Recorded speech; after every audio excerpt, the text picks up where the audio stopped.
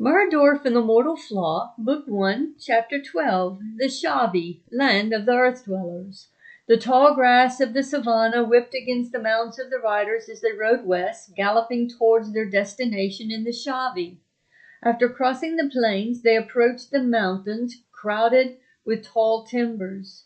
Then they came to a wide river they had need of crossing. "The water is really high," said Medora. "Go up the river and let's cross by the boulder of Tobiah," Nimri offered, hoping to find a solution. "The water is deeper there. We will have to go downstream in the other direction, where it is shallower," suggested Medora. "Yes, but the river is wider there," Nimri said as he kept on riding. "True, but it is far too deep at Tobiah's boulder to cross. There's a place just a little ways downstream that is shallower." Nimri continued to pay her no mind. "Windsor, say something," she protested. "Oh, just let him be wrong," he whispered. "You can't tell a young, overconfident whippersnapper anything." Resolved to follow Windsor's advice, Medora remained silent, even though she knew she was right. Plodding along, the riders finally saw the boulder lying across the river, the waters rushing over it and overflowing the banks. "The mud gave way and the boulder has fallen," Windsor observed. "We can't cross here. That water is raging," said Medora. "No, we can't cross here," Novatian agreed. Nimri had an angry look on his face, humiliated because he was proven wrong. Recollecting how the boulder of Tobiah had received its name, Windsor took the liberty to share its history. Many, many years ago, there was a warrior, a great knight named Tobiah. War had broken out. The Messeranians were trying to take over land. Riders of Quaidar were also in the land. They were, of course, had prompted the Messeranians to such evil. We could not get the lands united to fight the enemy. Each one wanted to do their own thing, that is until Tobiah went to each land and somehow convinced them to unite in this war. It was a cold January day when Tobiah led a unit of knights across the river. They came upon a village held captive by a large number of Messeranians and riders of Quaidar. "Do not fear their numbers," Tobiah said to his warriors, "and do not be intimidated by their large stature." Then he rode into the city, making war against them and freeing the captives. His small unit crushed the army of oppressors. It was said that Tobiah single-handedly struck down 400 warriors. He fought until the sword in his hand became one with his flesh, frozen in its grip. The knights took wagons abandoned by their enemy, put the children and the injured in them, and hooked up the wagons to the horses.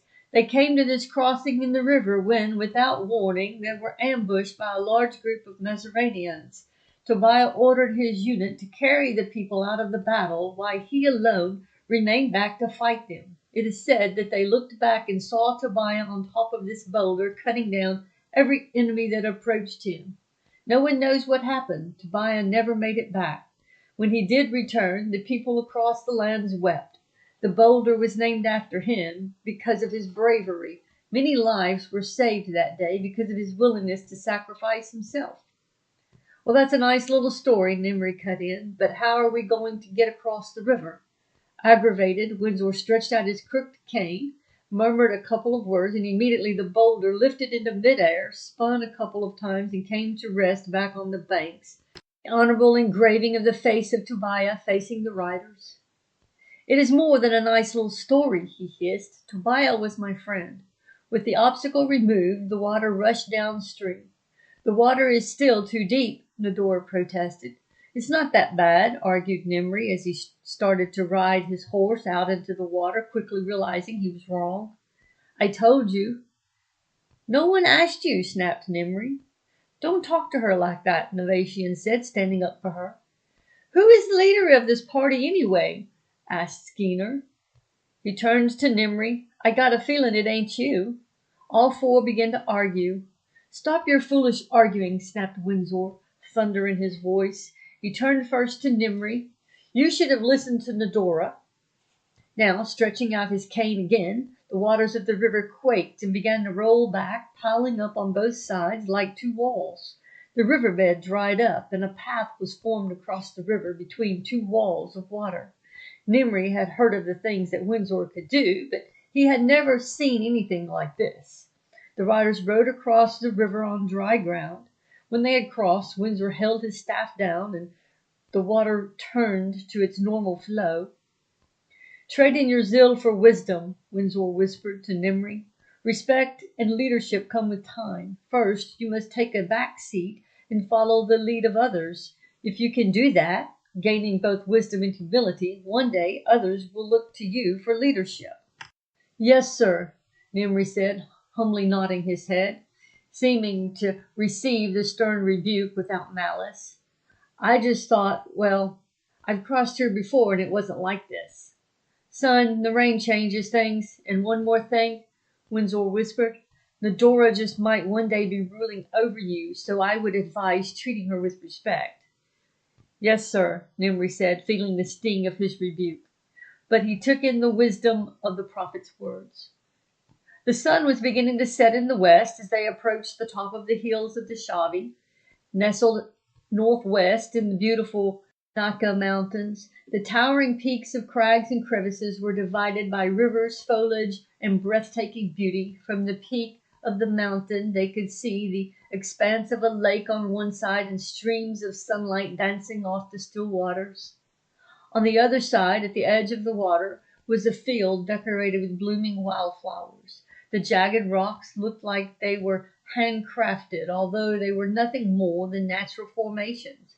The valley below looked pleasant, almost serene, as they made their way part way down the hillside towards the shallow walls of the city hidden by grown-up shrubbery and vines.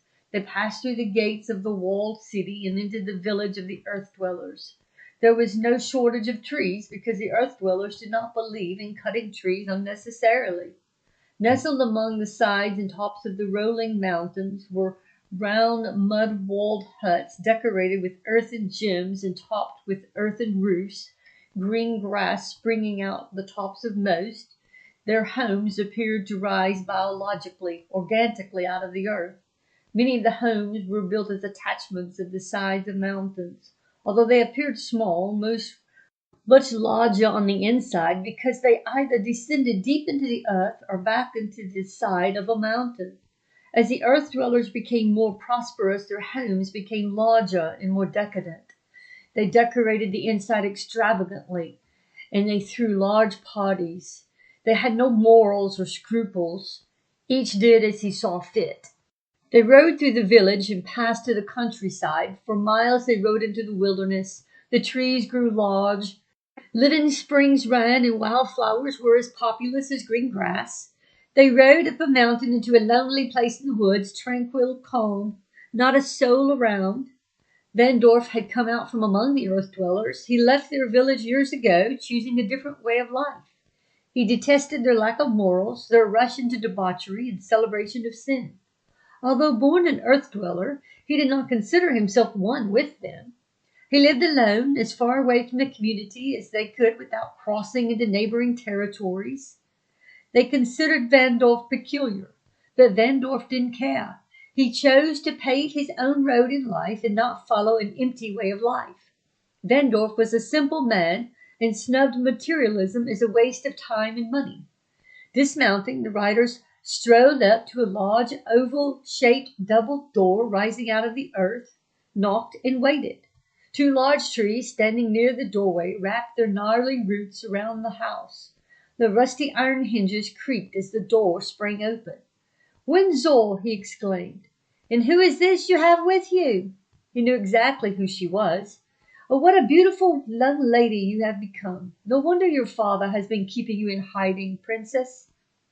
"Oh, you can leave off that princess stuff, Vandorf," said Medora. She remembered Vandorf. He used to help her with her archery when she was young. "Come in," Vandorf said, pulling his long gray hair into a ponytail as the riders entered his cozy home. Vandorf's home was simple but spotless. He kept it meticulously clean. Raw wood beams supported the structure of the house, and beautiful raw wood floors extended into much of the home. The walls were mostly wood, and trunks of trees gave support for tables and ledges. Roots of the trees draped portions of the house. The earthy people not wanting to disturb the land. Being a disciplined individual, he could seem rather stiff and rigid, guided by self-made rules and high standards. Windsor got right to the point. The sword has returned. I've been dreaming about that bloody sword. I felt it in my bones. It was going to surface real soon. He ran his hands over his smooth-shaven face. To tell you the truth, I've been wondering what was taking you so long to get here. As usual, you always want everything done efficiently, said Windsor, laughing. Glad to see you haven't changed. The sword of Darvan? Said a voice from the other room. Vandorf's face grew downcast, wishing the young lad had not have overheard him. What are you doing back here, and why didn't you knock? Asked Vandorf, a tad bit angry. Well, I left my saber on your desk, and I just went out the back door that was on the top of the hill, so I didn't figure there would be any need to knock. You say the sword of Darvan? Asked Fleece, a young man from across the border of the neighboring territory, and an apprentice to Vandorf. Look, kid, this doesn't concern you, so you need to get out of here and pretend you didn't hear a word. And don't come back unless you knock, snorted Vandorf. Then he hurled a couple of threats at him as he closed the door behind the lad. I sure wish he hadn't have heard that. That kid will blab sure enough, said Vandorf. Word will travel and we'll have chaos. Rap, rap, sounded a knock on the door. Who is it? Hollered Vandorf. Well, it's me, said Fleece, swinging open the door. I told you to get out of here and pretend you didn't hear a word, Vandorf scolded. Why? Asked Fleece. I can be of help. And how do you think you can be of help? Well, I can fight. You trained me, Vandorf. I am good with the sword, the saber, the dagger. I should go too. Plus, I helped you make all of these weapons.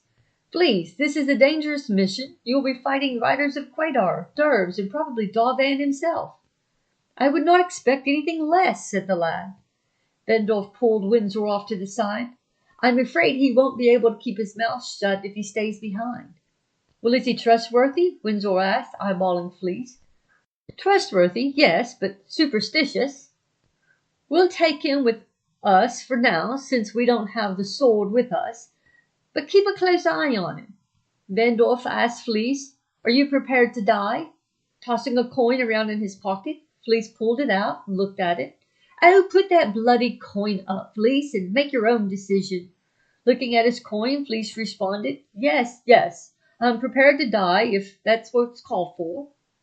If you don't mind dying, then get your horse, and if you keep up with that foolishness, I'll kill you myself. With great excitement, Fleece ran out the door, all the way home to gather his things. I have done some preparation. Come, Vandorf said, leading them to the back room. Inside the room, he had some swords, sabers, brute knives, and shields. Look at this, Vandorf said, as he grabbed a small, flat metal object with 7 long, spiny, sharp spikes. I call them spindles. Demonstrating it on a tree, he threw it, and the spindle stuck deep within the wood. Well, isn't that nifty? I wish I would have thought of that, said Nevashiu. It'll be dark soon, so I suppose you all will be staying here for the night. There's one more thing about the sword, Vandorf, said Windsor. And what might that be? Vandorf asked, throwing one of his spindles, sticking it deep into the wood. It was found at Shilly-Shally Ford, informed Windsor, Vandorf being one of few who knew the significance. Vandorf glared up with surprise in his eyes. Shilly-Shally Ford, huh? Well, this is it, mate. This is it.